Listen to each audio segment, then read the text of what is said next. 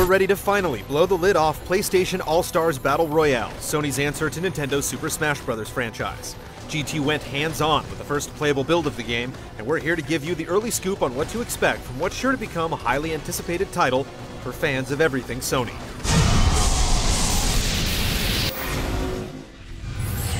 One of the biggest draws of PlayStation All-Stars will undoubtedly be its character roster, drawing upon nearly 20 years of gaming history.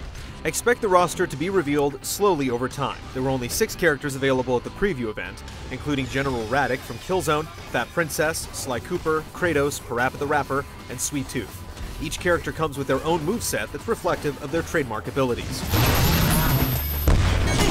For example, unlike other characters, Sly Cooper isn't able to block incoming attacks, but he can, on the other hand, turn invisible and sneak up on opponents.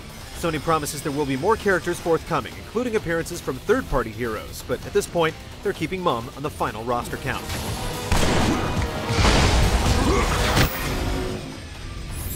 Only 4 stages were present at the debut event, but they were enough to showcase the variety and style PlayStation All-Stars is shooting for. One of the levels we tried appeared to be based on the Ratchet & Clank series, but during the match, the Hydra from God of War barged into the arena to wreak some havoc. The idea seems to be fusing elements from different games to create madcap mashups. The God of War level was infused with the presence of militant Patapon, and in the Little Big Planet stage, correctly answering a round of trivia courtesy of Buzz can have a significant impact on the battle.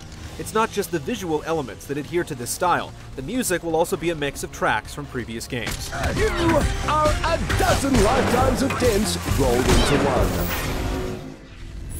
One of the biggest questions we had was how you could win a match. Did we have to knock our opponent off the stage or deplete their life bar? It's actually neither one. Instead, PlayStation All-Stars requires you to build up a super meter that can go up to 3 levels.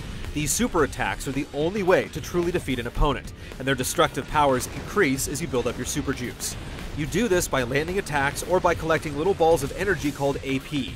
There's no damage meter or life bar. You're either in the fight or blown away. Thank you, and have a fantastic day.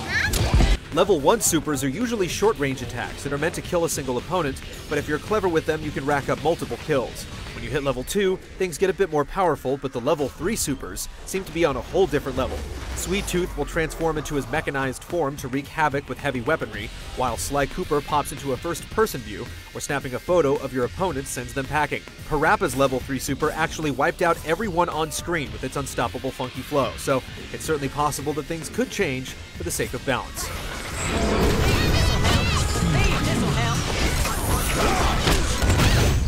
There's no denying that at first glance, PlayStation All-Stars looks like a clone of Super Smash Bros., but after you actually get a chance to play it, you'll see that there's several key differences that set it apart. We've only seen the tip of the iceberg, and Sony plans to unveil more in the coming months. Stay tuned to GT as we'll be covering this title right up until the game's eventual holiday release.